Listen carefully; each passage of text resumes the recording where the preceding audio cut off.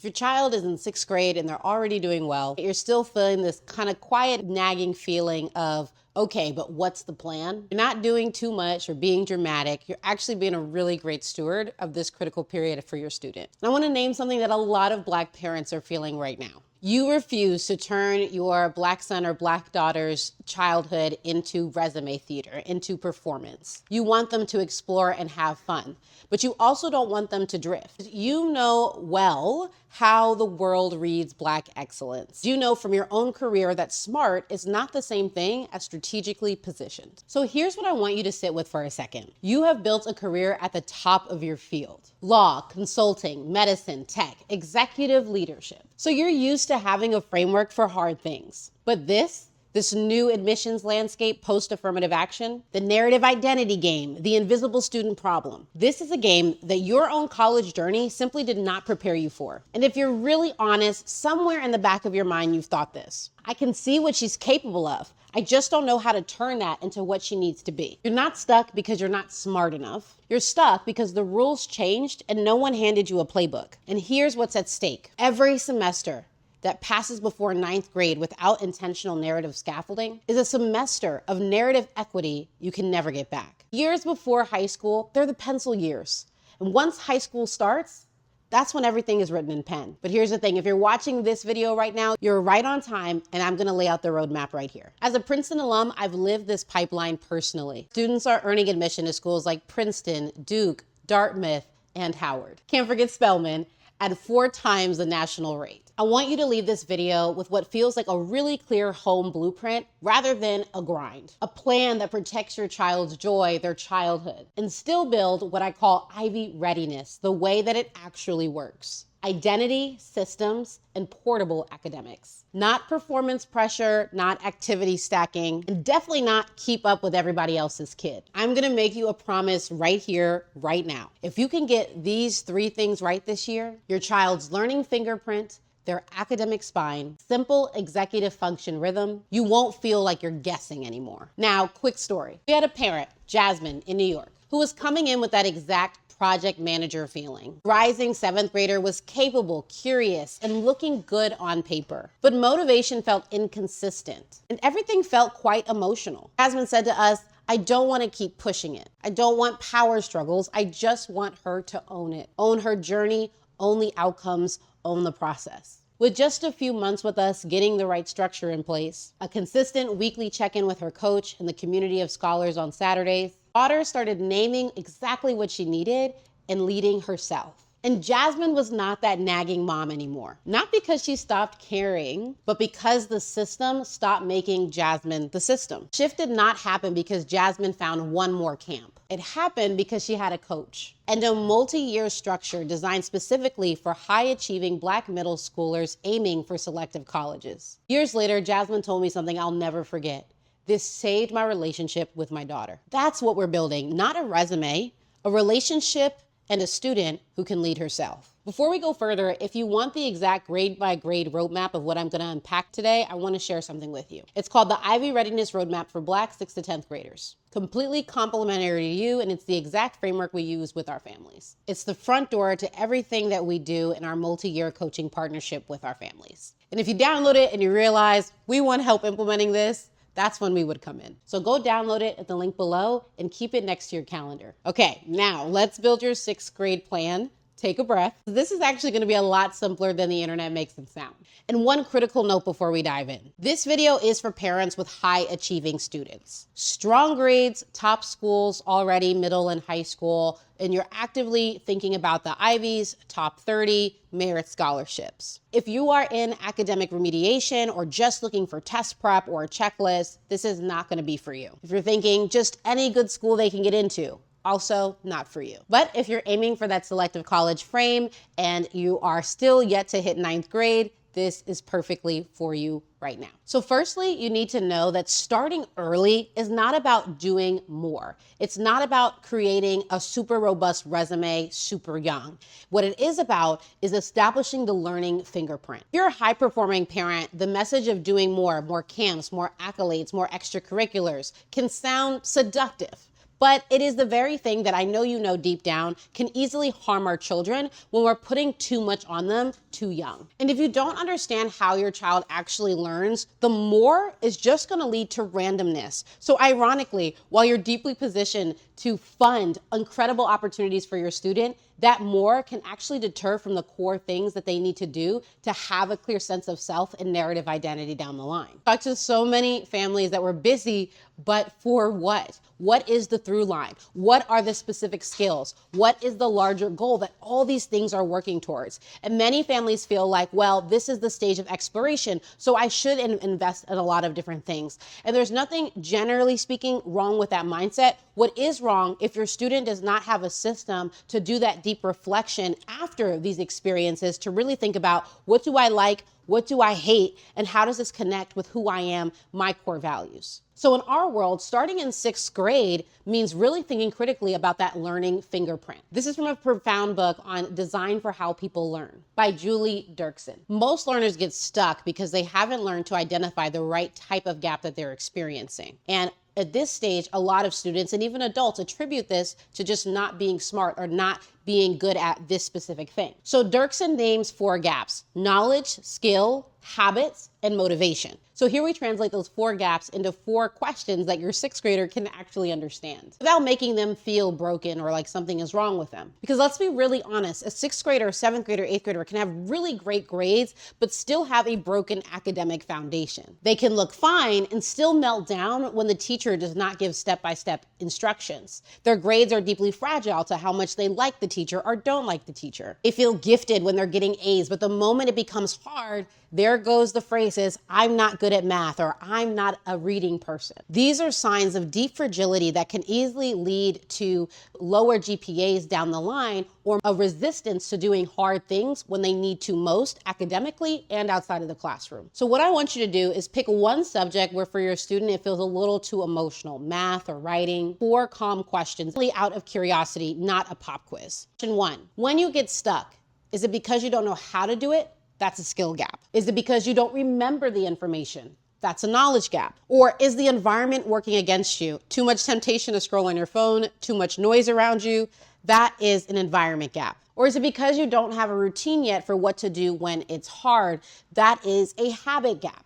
The actual habit of what are you going to do when you hit resistance. So this is the power of this approach, is that it takes a student from I'm not good at this to, oh, this is the specific thing I need to work on. It's empowering, it scaffolds for agency, and it allows them to develop a growth mindset. Most education consultants are not going to connect this to admissions, but it is so critical because the students getting into Harvard, Princeton, Yale, getting top merit at Howard and Spelman, they are the students that did not shy away from the hard thing. And this is the perfect time in 6th grade to start scaffolding and building that muscle in the classroom. Grades are foundational. GPA is foundational. So if you can support your student in building this where they already are, it's going to help them translate that. This is a transferable skill that will link to all the other elements that are so critical for a strong, competitive, non-negotiable yes applicant. Second point here is you want to build academics that travel, where you actually have a spine rather than performance.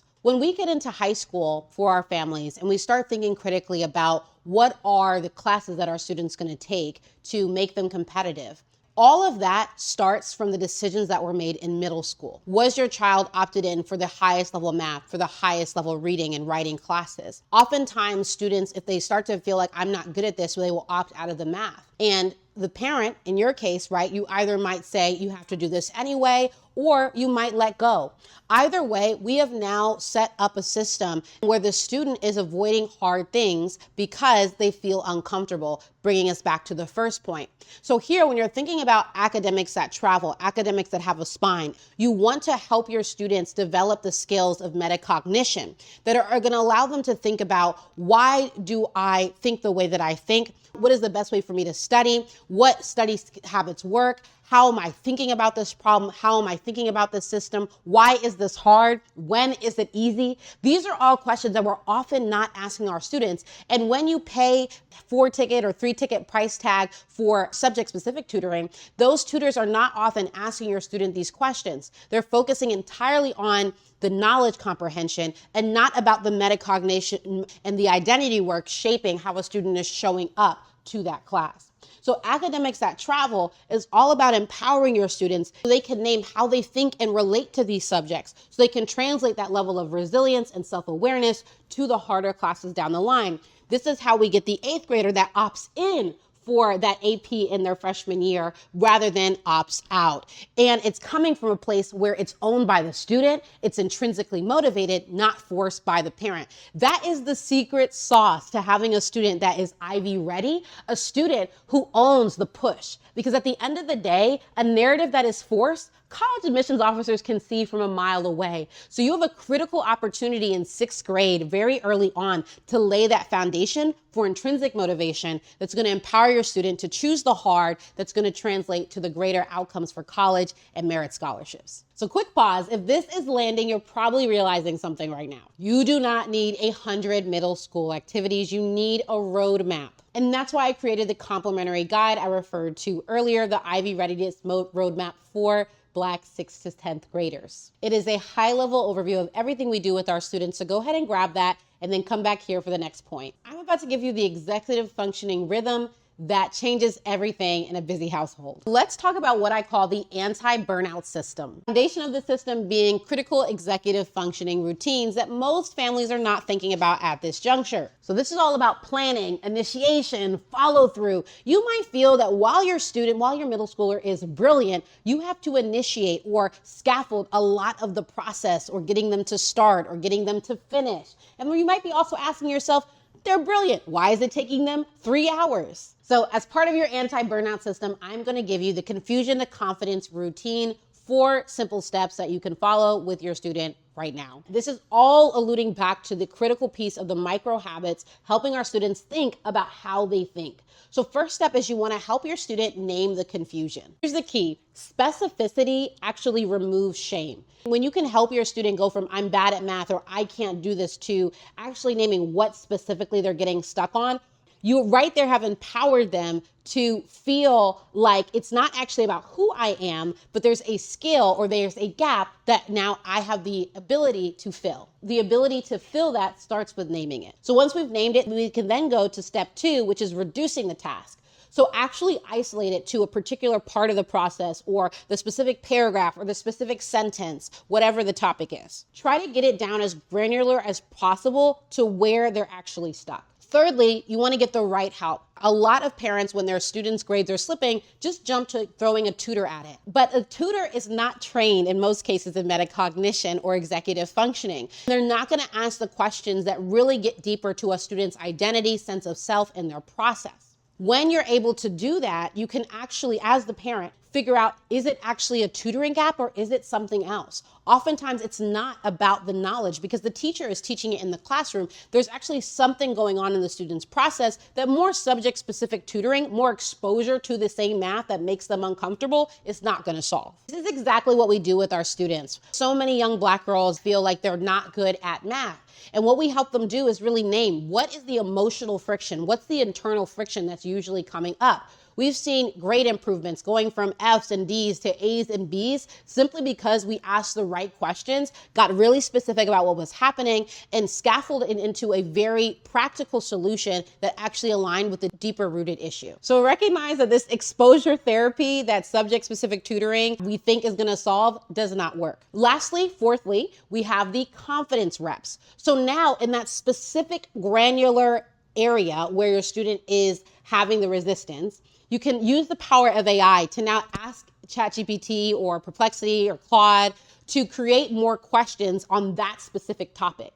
Here's when reps become important, but it's only after we've named the specificity of the issue. The confidence reps are key to now building those habits of metacognition that's going to prevent burnout for you and for your student. When you implement a system like this in 10th, 11th, and 12th, now your student is wrestling with the added course load, the prepping for college applications, SAT prep. It's a lot. Everything we've talked about up until this point, these are transferable skills that are going to help your student feel like challenge is sustainable rather than getting overwhelmed. These are the hidden foundation years to having that sense of resilience and fortitude to get through the high school years as more and more is added to our students' plate. So at home, here are some non-negotiables you need to have. If you don't already, 1 visible family calendar. Secondly, 1 weekly check-in. Thirdly, 1 quiet work block. Fourthly, 1 hard unit protocol. If you'd like me to unpack more how to implement these systems and how they'll tie to everything we discussed,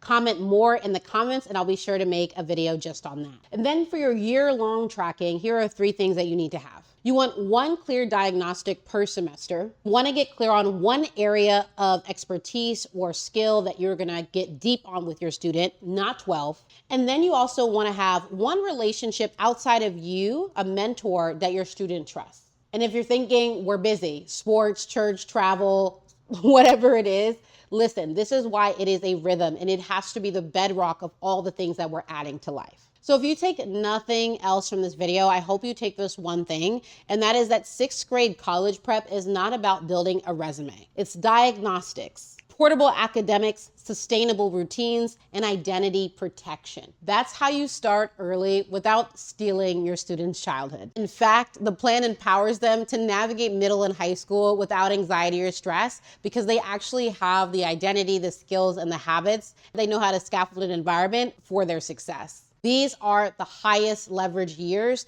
that set your student up for non-negotiable success in high school. So they're already walking in Ivy ready. Go ahead and grab the complimentary guide, the Ivy Readiness Roadmap, and then go ahead and watch this video next on the extracurriculars that colleges do not want to see from Black students.